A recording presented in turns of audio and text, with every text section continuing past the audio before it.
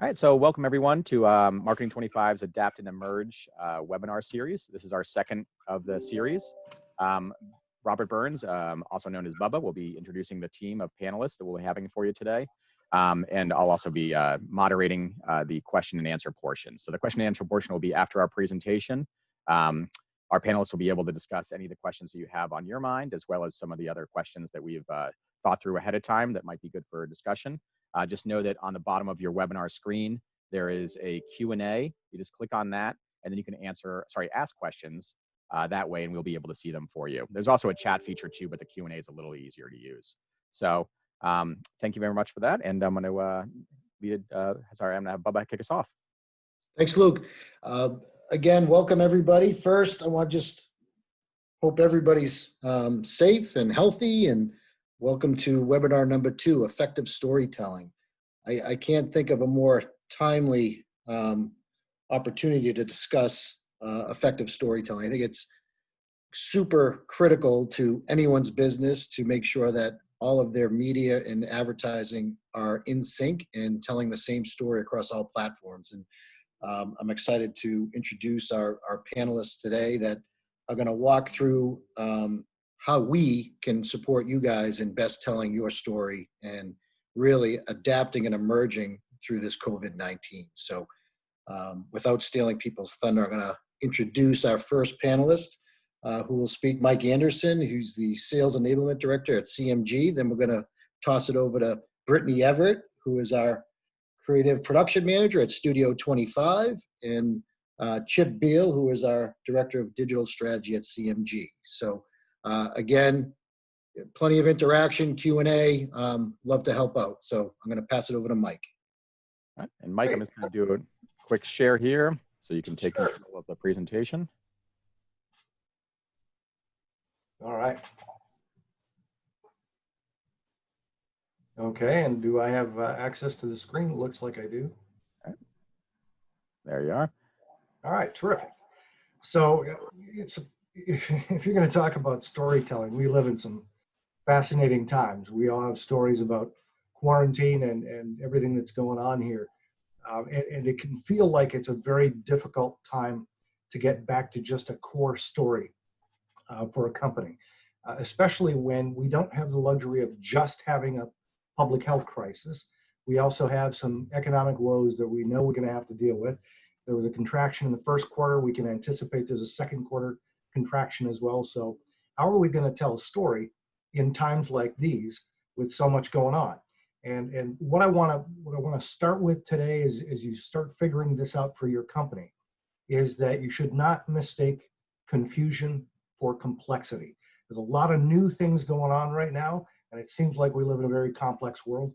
But the best way out of that is just to get back to basics. So we're gonna try and give you some tips about how to do that.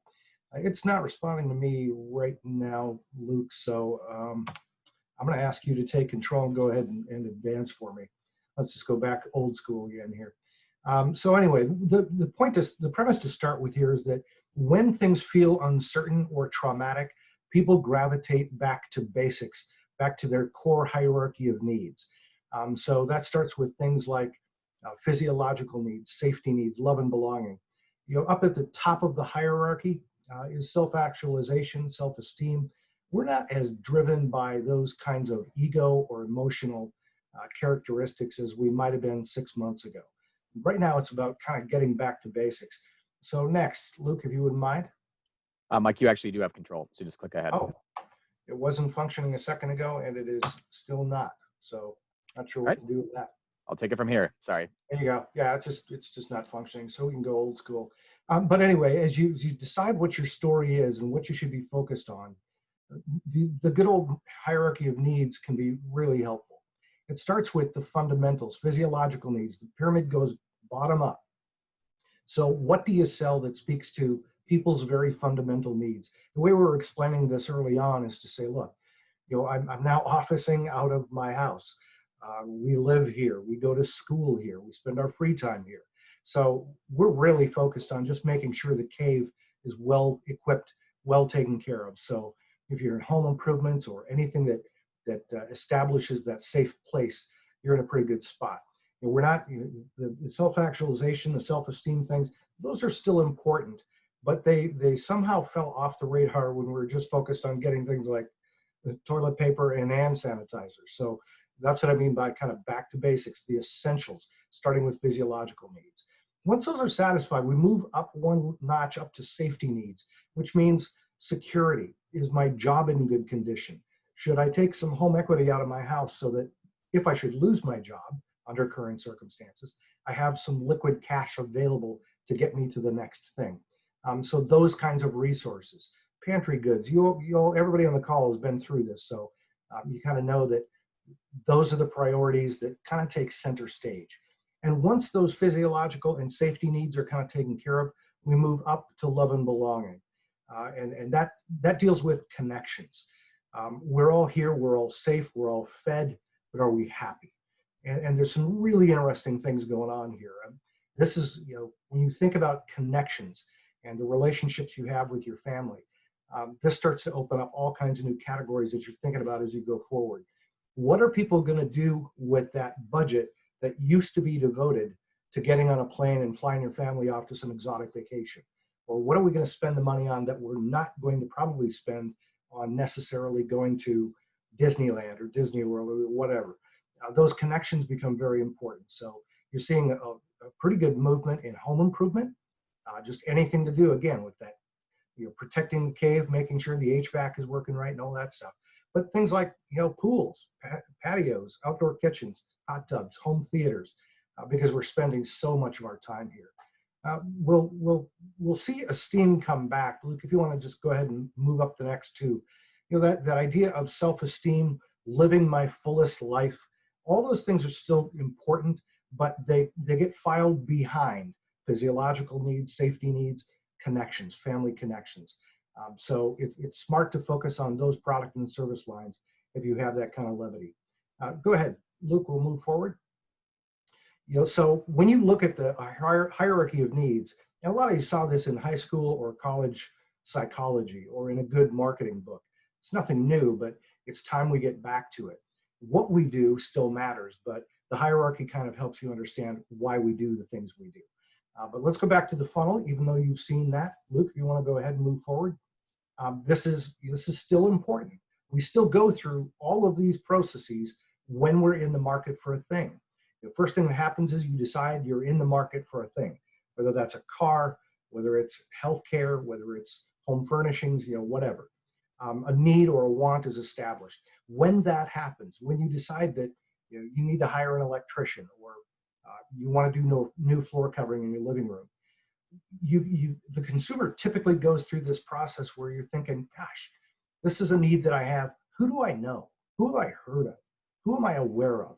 And once that happens, we start to grind down a little bit further and say, look, who have I heard of so many times they feel even familiar or comfortable?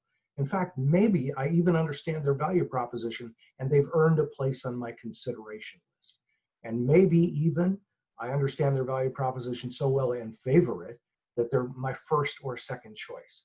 Those are the advantages you try to create through marketing so that you're ready to embrace the consumer when it's time for them to shop and buy. That's the typical marketing funnel. Go ahead, Luke.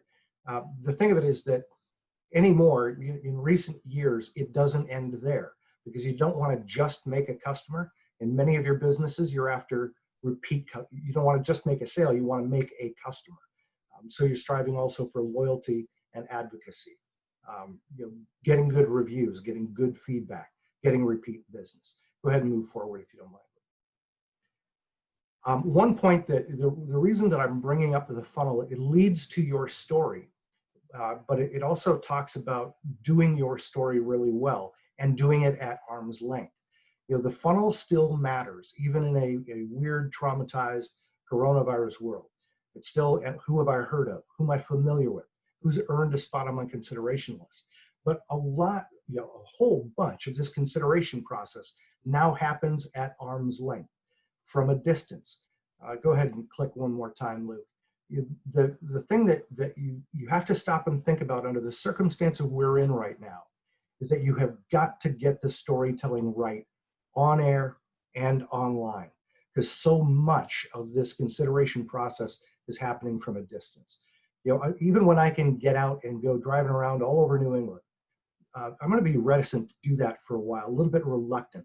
I'm going to want to get as much advanced homework done as I can, rather than jump in the car and drive around to every landscaping shop in town or in the area and look at a bunch of rocks and plants to decide what to do with my front flower bed. I just don't want to expose myself that much in one-to-one physical spaces. So a lot of this awareness and consideration needs to be successful before anybody ever gets into their car. More important than ever now. Go ahead, move forward, please. Thank you. So the funnel, that's what we do, but the hierarchy of needs is why we do the things we do. Smart to pay attention to those before we move to the next thing, which is actually getting back to the story about your business. Jump ahead, Luke. This is a really important place to not make it any more complicated than it needs to be. When you're doing a marketing strategy review, what you're really doing is just answering questions that reflect the consumer you aspire to serve. You can go ahead, Luke, move forward. Thank you. So the questions we're going to ask are who, what, where, how, when, why not? Those first four are what we're going to cover here right now today. When you think of who you want, we're talking about your target consumer. The way you define ideal customer, is it the same way you defined them 6 months ago? Is the person you think of as a qualified buyer the same person as 6 months ago? You're hearing about people with different needs, different purposes, and you're hearing about layoffs. I mean, maybe if hospitality or tourism was an important part of your base, if there's unemployment hitting that category right now, do you need to look at a different occupation background in the consumers that you market to? Those are some of the things that you need to kind of be thinking about. Is the target consumer you have today the same one that you had 6 months ago? Who are these folks? What do they do? Where do they do it? Who are they near? What's close in proximity? What's convenient? And what are the circumstances that they're under right now? It's smart to really give some careful thought to who you want. It shouldn't be something like adults 25-54. It's just become more complicated than that. Next, Luke. Once you know who you want and you've really carefully defined it, now we want to think about what they want. When they buy the product or service you sell, what are they really after? It's still a great analogy to say nobody really buys a drill, which buys lots of little holes.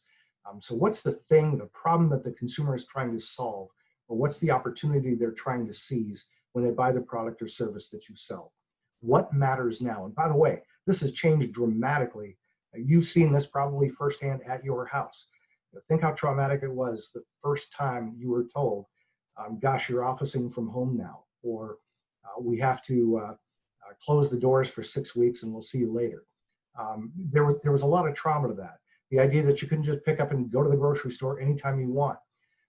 There's been a lot of things going on, and it impacts the priorities that we set, the preferences that we have when we make a purchase.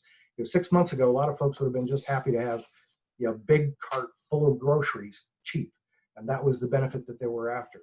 Now it's, do you deliver? Do you sanitize? Have you wiped down the cart before it even hits the cart corral in the parking lot? Do you wipe it down again before I grab it at the front of the store? Are the aisles marked down for social distancing? Do I have to wear a face mask? Will other customers wear a face mask? The benefits that we're after now, considerably different in a lot of purchase categories than they were 6 months ago. So now let's jump to where. We know who you want, we know what they want. Once you've really thought this through carefully, now the question becomes, where else can people go to solve that problem? You might think of this a little differently than you did not that long ago. Very often we think of competitors, we think about somebody who has a company like ours just down the street, the dealership across town, the law office in the adjacent suburb or whatever. I mean, folks who look a lot like we do, but have a different value proposition or whatever. Now you have to consider those folks, absolutely, but we also are looking at other alternatives. Right now, I'm not just competing with, you're not just competing with other grocery stores. You're actually frenemies with Instacart. I found another way to solve that weekly grocery problem. So That's an important thing for you to revisit and really think through based on the current landscape we're in. And then finally, once you know who you want, what they want, and where else they can go, against that competitive landscape, how do you stand out? What makes you remarkable? What makes you distinct, relevant, memorable, and valued by the consumer?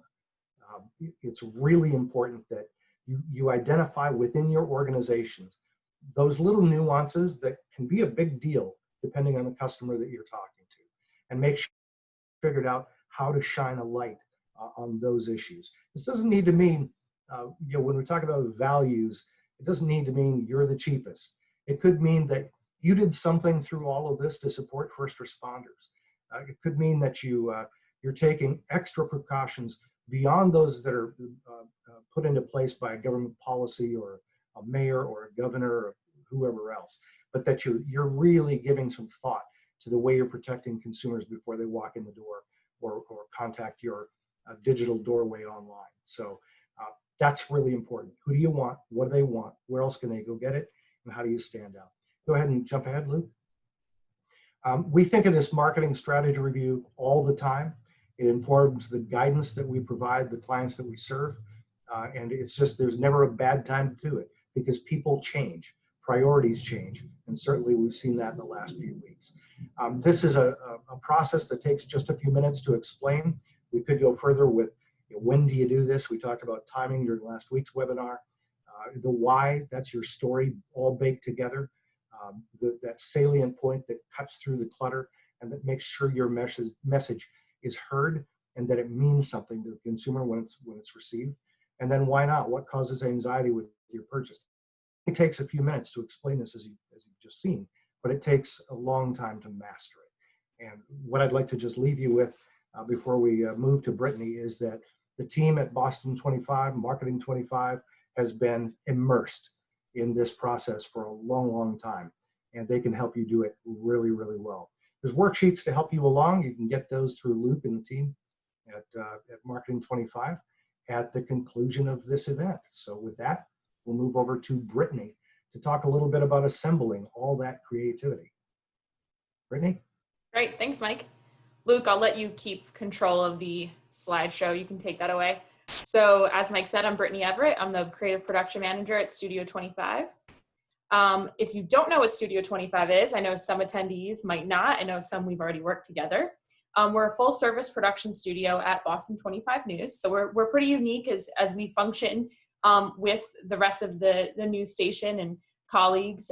We work together, but we're also kind of our own little separate entity of editors, photographers, designers, writers, producers, and on-air talent.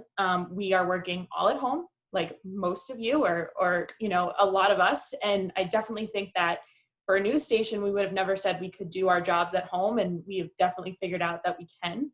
And so what Studio 25 does, whether we're home or in the station, is we work with our clients and our sales team to create marketing and creative for you. So we make videos for pretty much all platforms. We mainly focus on broadcast, OTT, and social. We've created web videos for people's websites, but what we're really good at and what we really try to focus on with our clients is making sure that your message is the same no matter where someone's getting it delivered. So if they see it on OTT, if they see it on Boston 25, if they see it on Instagram, that they can recognize who you are. And right now that's can be changing depending on the current climate. So Luke, you can go ahead and move forward. We're going to talk about production during the pandemic and what that's looked like. So of course, like other businesses, we've adapted to meet social distancing guidelines. News is an essential business. So we have moved everyone home. We're working on the same equipment and we have the same resources as we would if we were in the station. Of course, those resources do look a little different. So we've utilized the Zoom call, as many of you probably have, and we are right now. We've used those, and you've probably seen them on TV already in a lot of people's commercials to get the message across. Granted, it doesn't have the same production style and quality that we always shoot for, but it still works, and people are getting used to it, and people are accepting that this is okay. This is how we're doing things right now, and it works really well. We've had really good success with it. We fortunately have stock footage. Stock footage is professionally shot video that we can use to utilize to create new video for our clients. So what's great is over the last few weeks, has been updated a lot, that library that we tap into from time to time. It has people wearing masks. It has what telehealth looks like. Anything you can think of in our current world that we all adapted to and changed to really quickly is already showing up in these stock footage libraries. We have editors and graphic designers, like I said, and they've really gone above and beyond to recreate what this looks like at home for us. So everything's a little slower, but we're still churning out the same products, and graphic designers can really amp up your marketing. So if we can't shoot something, or there just isn't video, or we'd love to get in your business and show people what it looks like, but we just can't right now, with photos that you might have, or clients have had and given to us and our graphic designers, we can really punch up those spots and make them stand out from other people, where you might not have originally thought that graphics or design was really going to help get your message out there. And then, of course, we have had limited shooting, so we do want to stick to the social distancing guidelines and keep our photographer safe. But we have sent him out to get exteriors of buildings, drone footage. Drones are awesome right now. You don't have to even be near someone or something to get a drone up and collect that footage. So we've also been able to utilize that as well. But of course, over the next few weeks, all of this will change again. Some of us might still be working at home. Some of us might be at the station. So as that adapts, we adapt and we change to make sure that we can still meet with clients over Zoom, over email, over the phone, and really create the message that you need to be telling. And that's the most important part of this whole thing, is your message. So Luke, if you want to jump ahead one more slide, thank you. So looking ahead, your message needs to evolve as the climate currently does. And that's hard because it's constantly changing. Every day you get a new update from the mayor of Boston, the governor, the president, and it's like, where are we now? What is going on? What are we supposed to be doing? And we're here to help. Fortunately, we are part of a news organization, so I'm digesting all of it constantly, and so is the rest of my team. So we can really help and figure out what your message should be. The state's going to reopen in phases, right? We just learned that yesterday, 4 phases. That means businesses are going to open along those phases too. Whether you're in phase 1, 2, or 3, or 4, you're also going to have your own phases at your business. So whatever that looks like is what we're calling the new norm. And you've probably already heard that, but it's something that we have to adopt now. This new norm, what's it going to look like in a month, in 3 months, in 6 months, maybe even next year? So some things you want to think about when getting that new norm message out there is, what are you doing to clean your facility, if that's relevant? So if you're a retail store, if you're a showroom, if you're a car dealer, what are you doing? What did you do during the pandemic to clean? And what are you doing now to make sure that the place that customers come to is a safe environment that they're going to want to come to? How are you adapting to meet social distancing guidelines in your business? Are you marking off 6 feet? Are you maybe only moving to appointments only once you reopen? Or if you're currently open, do you only see people on an appointment basis to limit the exposure and interaction? Are all employees and customers wearing masks? Right now, we know that as Massachusetts, in the state, we have to wear masks. So that's something really important. And whether you liked them in the beginning or not, we're all pretty used to wearing them. And I think that they're going to be around for a while. Another important thing to hone in on your messaging is, what are you doing to keep your employees and your customers safe? So people want to know that you took the time to really think about what your new business model is to help customers, to serve customers. And then what does that mean for their employees? Are employees coming in and making sure, if they have a cough, they're not coming in? Are they healthy when they're coming into work? Are they healthy when they're coming into my house if it's a home service? And then what are you doing to make sure that customers can shop or buy safely in this new kind of era we're in? And then what have you learned? This is really interesting, because my mom actually owns a small business, and she's realizing that the things she's forced to do now are actually better than what she was doing before. So you might realize that there were some antiquated things you were doing that Zoom took care of, or virtual tours took care of. So just consider the things that you might have originally were not happy to give up, and now maybe you found more efficient ways of doing them. People are going to want to hear that. People are going to want to hear that this is an unprecedented time. Some people have never had a chance to sit back for a few months and say, how can I do things differently? And now you have, and now you're forced to. So take advantage of that. Some examples of what I'm talking about is, maybe it's a doctor's office, or a dermatologist, or a dentist. Most of those have been closed, or they're offering telehealth. So that's a message you'd want to get out there, is we're now offering telehealth. our waiting room. We're social distancing our waiting room. Typically people are elbow to elbow. Now our chairs are 6 feet apart. Mobile payments, not even gonna hand a debit or credit card to the receptionist. You're paying online. You're getting all your documents online, and everyone's wearing a mask.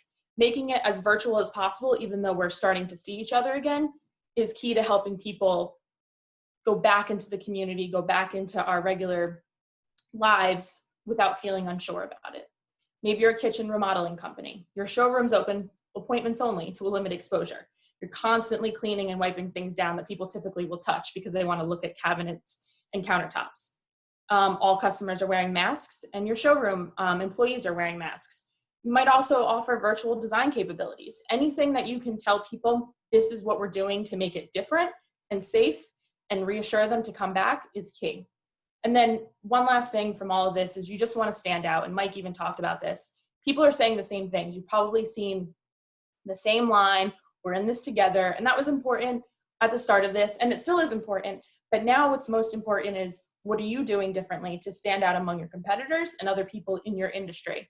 We can help you with finding those creative ways and that message to really resonate and be different from everyone else, but also make it so that customers understand the importance that you're taking their concerns seriously, and it's important to you to have your business thriving while also keeping them safe. That's it. Turning it over to Chip. All right. Thank you, Brittany. Appreciate it. So we'll talk through video. We talked a lot about how you can change the creative to fit the new scenarios, but we'll also break through and talk through all the different aspects of video. You know, this is sort of a no-brainer stat. 92% of all internet users watched online each and every month. That's just grown by leaps and bounds as we are homebound and more likely to be looking at our devices sort of 24/7. We'll talk through all those different aspects. You know, as a business, when you think about video and how you get your message out there, really the proliferation of all the different devices has changed that dramatically. And we'll talk through that across that, whether it's, you know, targeting a smart TV across all of your different devices, your smartphone, your tablet, your computer, and all the different ways that consumers now use all of those devices, and how you can put your message in front of those folks as they do it. You know, the key piece, and Brittany talked about this as well, the key piece is thinking about how that consumer is engaging, both in the content and in potentially your video message or your video content, whether they're leaned in on a laptop, on the go on their phone, or more lean back with a tablet. And as you do that, you've got to alter the approach of your video, approach of your message, and how that's done, so that when it's consumed in a more natural way. So let's talk about all the different platforms that are available for that. There's certainly, from a pre-roll standpoint, that short message before other video content. Social, that's really been a pretty massive change over the last couple of years, with social primarily happening on a phone and having that video within that. And social means, in this case, Facebook, Instagram, YouTube, LinkedIn, really all of those opportunities. OTT, or over the top. We'll talk a little bit more about what that means, but that's in the cord cutter or the streaming arena, and how much that adoption has happened really over the last 3 years, and then really an extra explosion in the last 45 to 60 days with stay-at-home culture. Outstream, which is really video within content, within content that you're reading, and then sort of push-down format. And then video production, which you heard about from Brittany and her team on all the different ways to customize that. So jump in and look at social, which has been that massive change. From a small business perspective, what social has done, social went from, hey, I want to chase likes, to, hey, I don't think social actually works for my business, to it being a mainstay in how you get that message across. And the video consumption, and I would say in so many cases, the video rules that have developed out of that has been a game changer. One of those rules is that in a social environment, 47% of the value happens in the first 3 seconds. So what does that mean? That means it's totally different than TV. So if you're running a 30-second TV commercial and you're using that as your content for Facebook or your content for YouTube or different things, it's not going to fly. You certainly can do it. It's just not maximizing the platform you're on. People are in a scrolling environment because it takes place on their phone. You need to capture that moment and not bury the lead. Whereas if you have 30 seconds, you might pace that differently. So that's a critical piece of it. The other part about social video is there's so many different options. On Facebook, they'll, as this example, they'll allow you all the different aspects of it. And I'm just going to play these all together as opposed to sort of go one by one.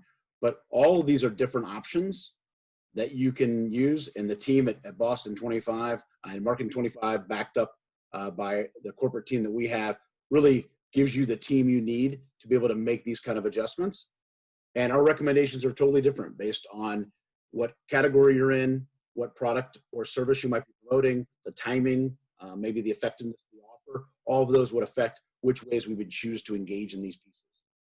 So it's critical that you look at what is the goal of your campaign, who are you trying to reach, what message you're trying to reach them with, and frankly, what is the breadth of devices and platforms you're going to use based on your budget and your goals, and that affects how we should deliver that video. So YouTube, another major social platform. TrueView is where we spend a lot of our time focused. That's on the guaranteed side. But you look at the raw number, right? 1 billion video views a day. So what does that do for you? That gives you massive scale. That allows you to do tremendous targeting and do very specific campaigns to reach different folks. And so here's just a sampling of the different types of ads, whether it's what you would probably expect an in-stream, maybe traditional YouTube ad, to discovery ad as people are searching for different things and allow you to target it that way, or just a quick 6-second bumper ad, depending on what we're trying to do. So it sounds like a complex space when talking about all this, and frankly, it is. But that's why having a partner who understands the space and when and where to do it is going to be critical to your success. So let's jump into OTT, which is known by a lot of things, and we'll straighten that out, whether that's streaming or different things. And it's that ability to have control over what's playing on our TV and be able to watch things when you want them. And that's really been an evolution of where we were with broadcast TV back in the day, to the evolution of cable and satellite, to then high def, and all of the pieces as people continue to cut the cord and look for different options. There's never been a time that's more fascinating in the last 60 days on people and how they're refining how they want to watch TV and the ways they want to watch it, and so on. And the key with this is, as a marketer, well, again, these things are complex. There's a great level of control and access to people in ways that you never could before. That's fascinating.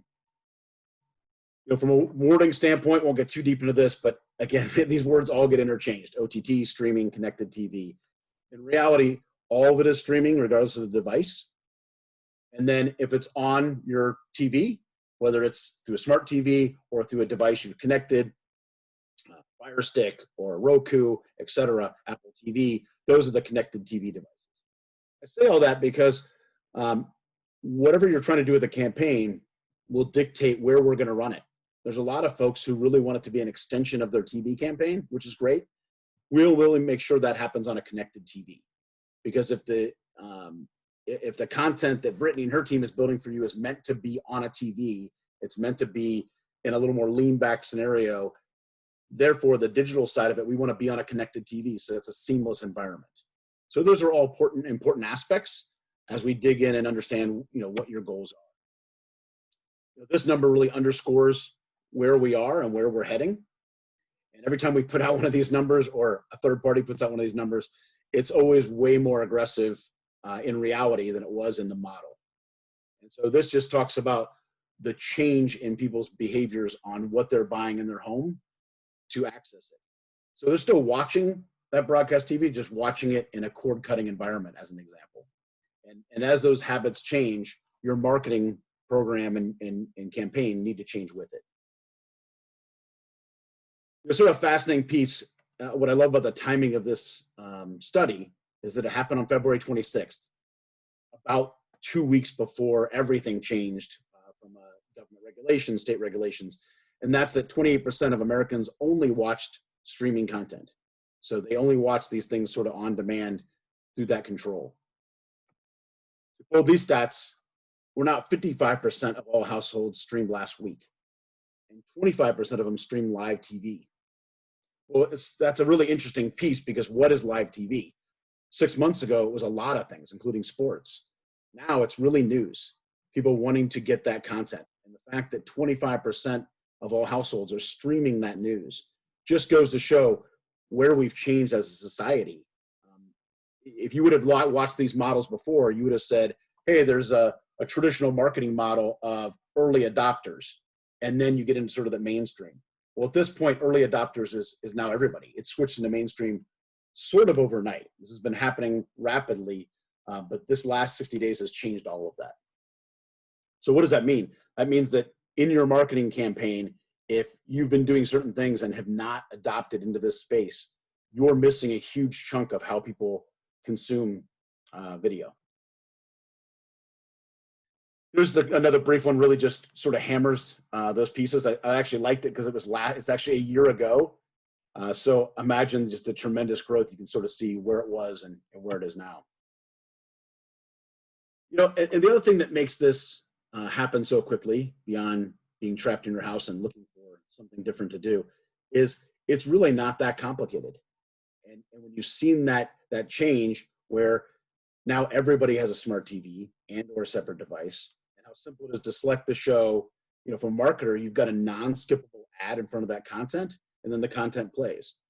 That's really a change in video. Whereas in the past, maybe you had video that felt a little more intrusive, maybe you skipped to something else.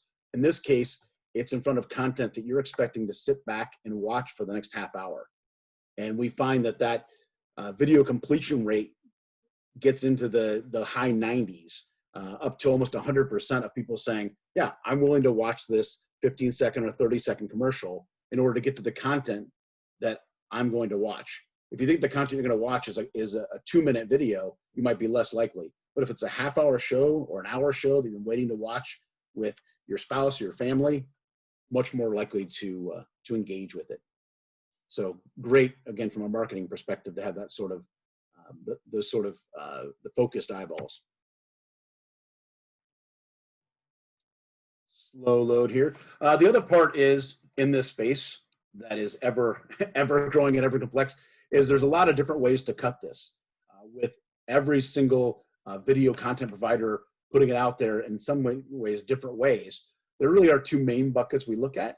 And those are ones that are full episode player, that 22-minute length, really that feels like TV full show, and also short form, which tends to be in the pre-roll and different things like that, right? More on the go.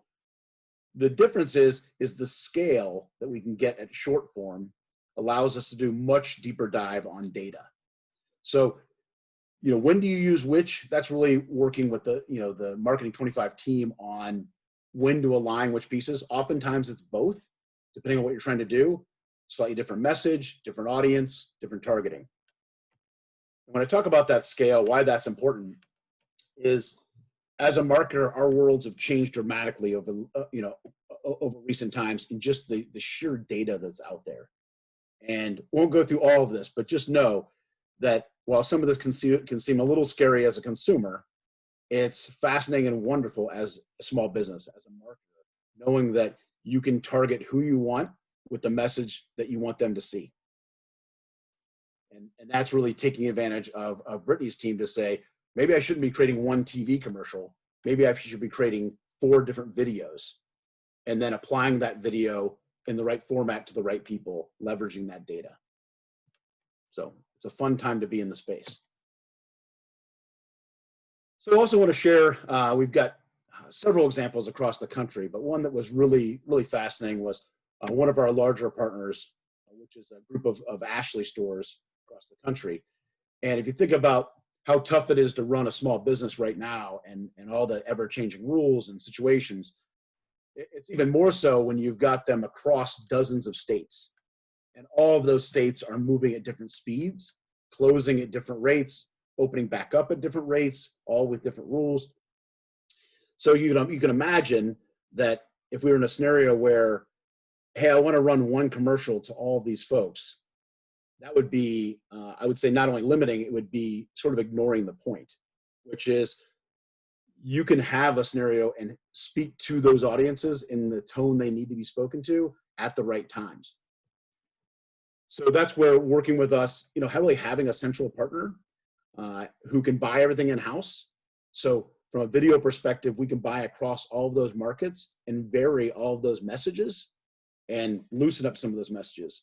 As you heard for perhaps Jennifer Dragon last week in our webinar, that concept of we're all in it together has maybe worn thin and moved into here's why our business is the right one for you because we're taking all these precautions. Brittany touched on that as well. Having that piece, well, that depends on what state you're in and what stage they're in. So we've got to have a very specific plan across all of those states to evolve that message. And that's very hard to put on a business, much less if you had to then work with a dozen different partners in all of your different markets. So that's where, we were proud to be their partner from a centralized standpoint and make that happen for them. They really appreciated the fact that they can get that first look inventory. They were a heavy TV partner and they wanted that full episode player, and that had always been the plan. However, as things evolved and they needed to switch and change things, we introduced a lot more short form. It gave us the scale and the targeting we needed to make that happen. And it allows us to make all of those changes by market. And so, this is an example. This is a pretty large scale example, but the team at Marketing 25 takes your business as important as they would even a large client such as this, to make sure that your goals and what you need to make happen can be there. So it's a great partnership if that's something your business needs as well. All right, thanks. Luke, back to you. Oh, sorry. Well, sorry, that was just a list of examples that I skipped by, but we're good. Excellent. Well, thank you very much, Chip. I'm going to now turn it over to Q&A for our panel here. Thank you very much for all of our attendees. It's been great to talk with you today. And I just wanted to throw up our Q&A discussion here. Perfect. And Chip, the first question is actually going to be for you. Okay. Do you have a few tips to give small businesses to maximize what they can do with video? Sure. A couple of those things are ones I touched on, but that concept of not running the same creative everywhere. Be conscious of where your creative is going to land and where that video is going to be running. To be very conscious about what you're putting out there and what you expect from that. The other one is to look at it as a consumer. I find this is very difficult for a lot of businesses, is they'll post a video on YouTube or they'll post a video on their website, sort of have things all over the place, but it doesn't sometimes feel like a plan. It feels like, oh, we need to do it, or I went to a webinar and they told me I need more videos, so I put it up there. Ask a trusted friend, maybe avoid family, but ask a trusted friend, maybe someone in the business arena as well, to take a look at it as a consumer, as a user of your business, and give some feedback. What worked, what spoke to them, what didn't, and have a trusted advisor in that space. That's helpful. And then, lastly, when it comes to video, I don't know if a lot of people realize this, they talk about optimizing their search engine optimization, so they're found on Google and so on, right? There's a reason Google bought YouTube years ago. And when they did that, they changed their algorithm to really focus on video. So if you're in the space and you're trying to sort of win the game on all fronts digitally, your video presence is critical, and more so now than ever before. So make sure you've got the right mix of professional shot videos, raw videos, and all of those are part of your plan, so that when someone does a search on Google and wants to ask a question, that you're the answer for that question. Thank you, Chip. And Brittany, any production tips? A lot of folks are now at home themselves.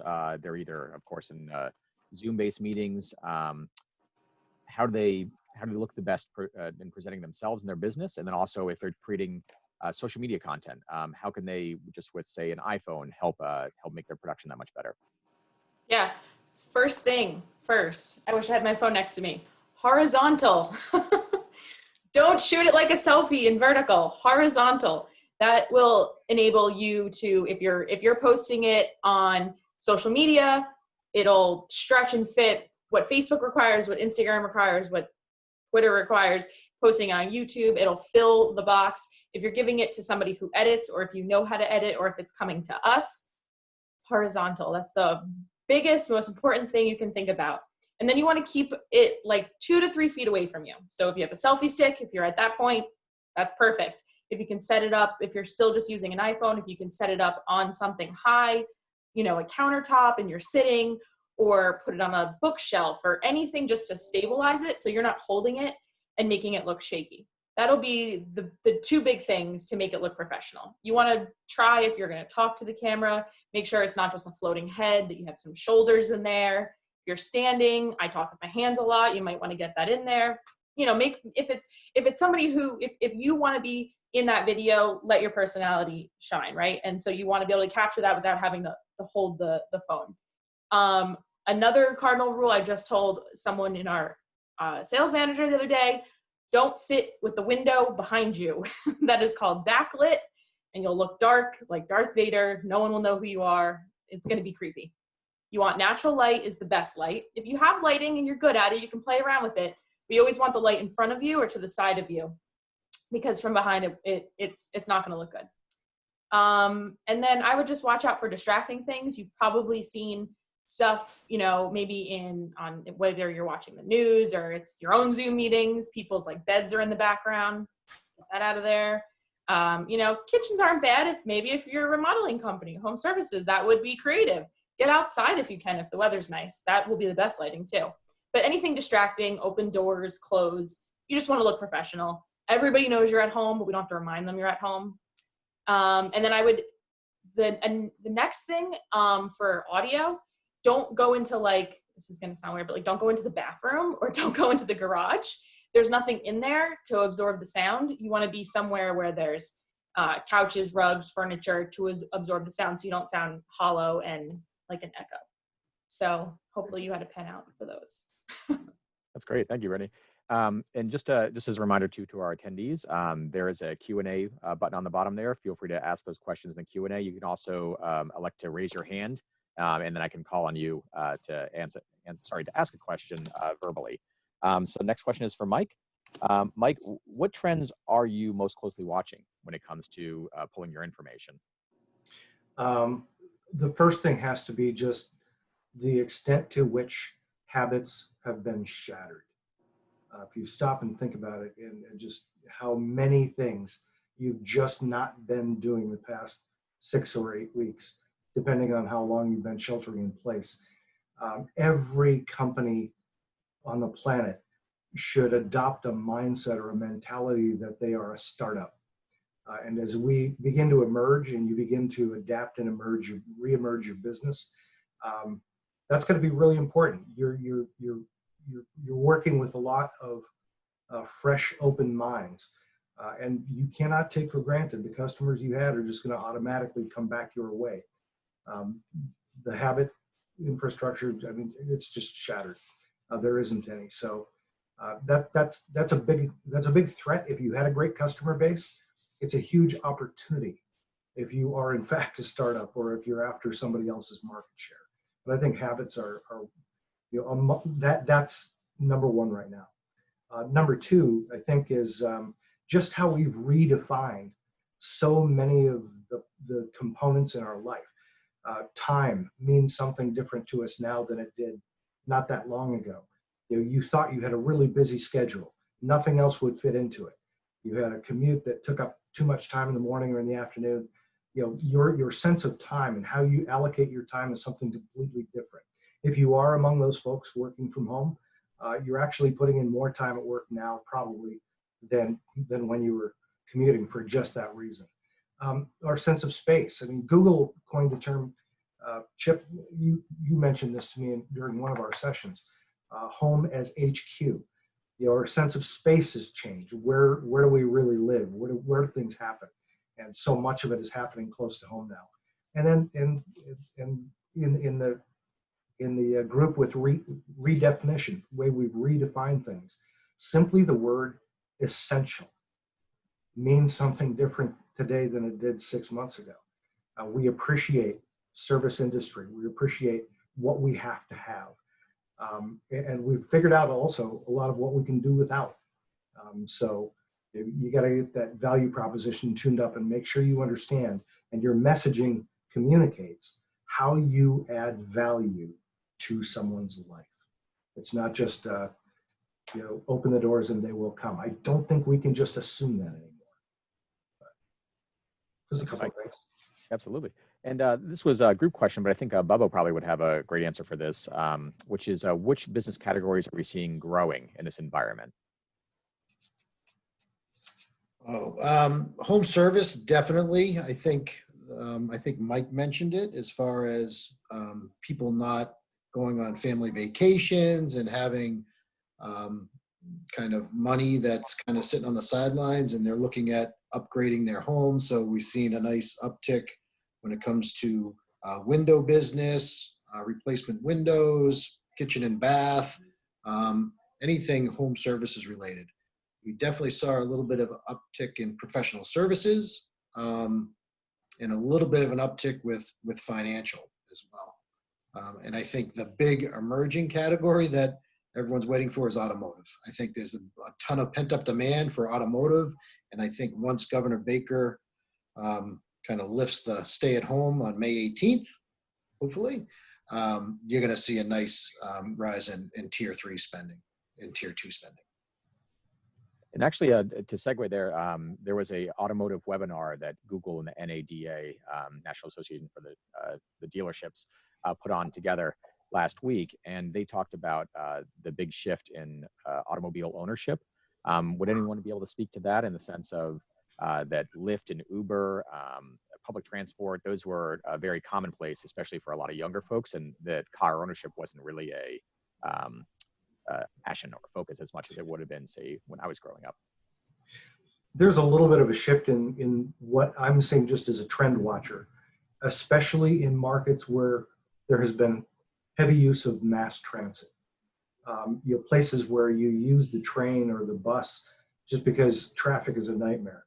And you're seeing people who otherwise may not have thought car ownership was a priority, now thinking, gosh, do I want to climb into a heavily populated train car or whatever?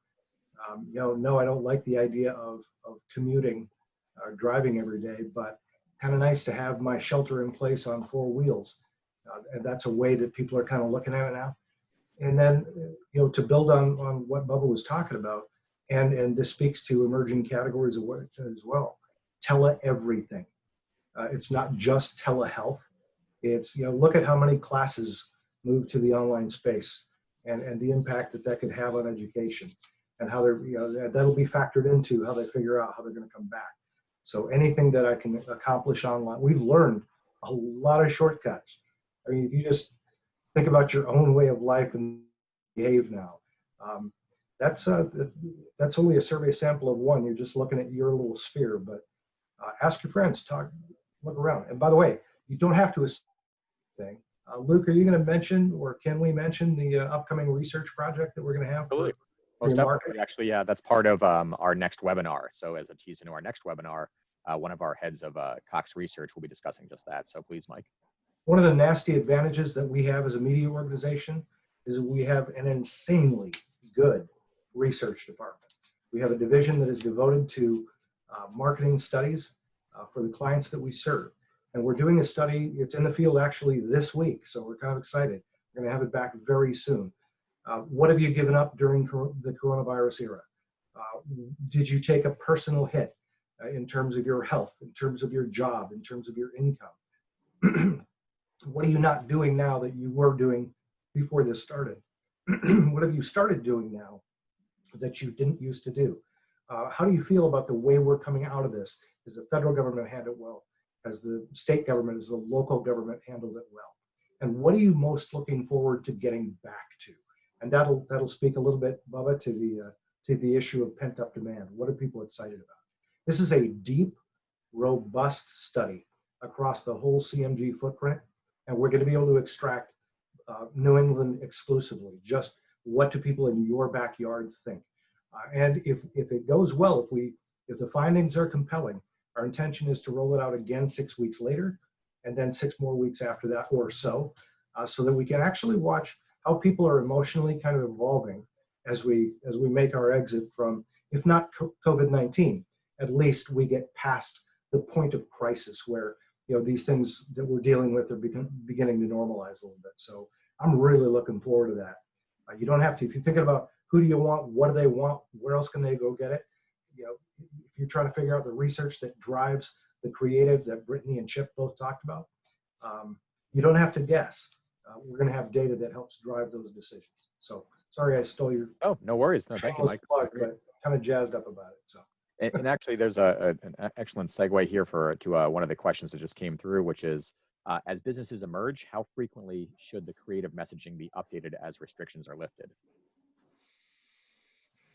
I want to hear what Brittany has to say about this, but what I would say first is you need to listen to your consumer, and kind of, you know, the whole analogy about there's a reason you have two ears and one mouth. I mean, listen, understand, and respond. You know, research an important thing, and you don't have to just use our data. Use whatever data you can get your hands on, but just pay attention. People have been through a trauma to their way of life here, and there's going to be a period where we just need to be really empathetic to them and listen closely. And I think that steers the frequency with which a person like Brittany wants to update that messaging. Yeah, I think it definitely has to, I would say it has to update as we evolve. I mean, if it's in phases, then it's in phases. If you get to reopen your business or you've made changes to your business, you want people to know that initially, but then you might go back and do something else and change something else. And at that point, you'd want to let them know too. And that's the great power of social media, is you can get to so many people so quickly and update them. It doesn't have to be a new commercial every time or a big video production. It could be something as simple as getting your message out there on your social media platforms that, hey, we've also added this or done this or changed this to make your experience better. And especially finding out what that experience looks like for them and what they might be concerned about, what might their, you know, hesitations be to returning to a normal, you know, consumer patterns. And I also think it'll be interesting to see what our neighbors in New Hampshire and Rhode Island do. Rhode Island is open since the weekend, New Hampshire yesterday. So that will be a good gauge as to how businesses are doing there. And we're kind of keeping an eye on those things too, to see what the feedback is and how people are doing. So just to circle back to the question, I definitely think you definitely want to update people and be respectful to what they're thinking and what they're feeling. And then also making sure that you're telling them this is what you're doing to adapt to our new way of life. Absolutely. Thank you. Luke, can I add one more thing Please to that issue?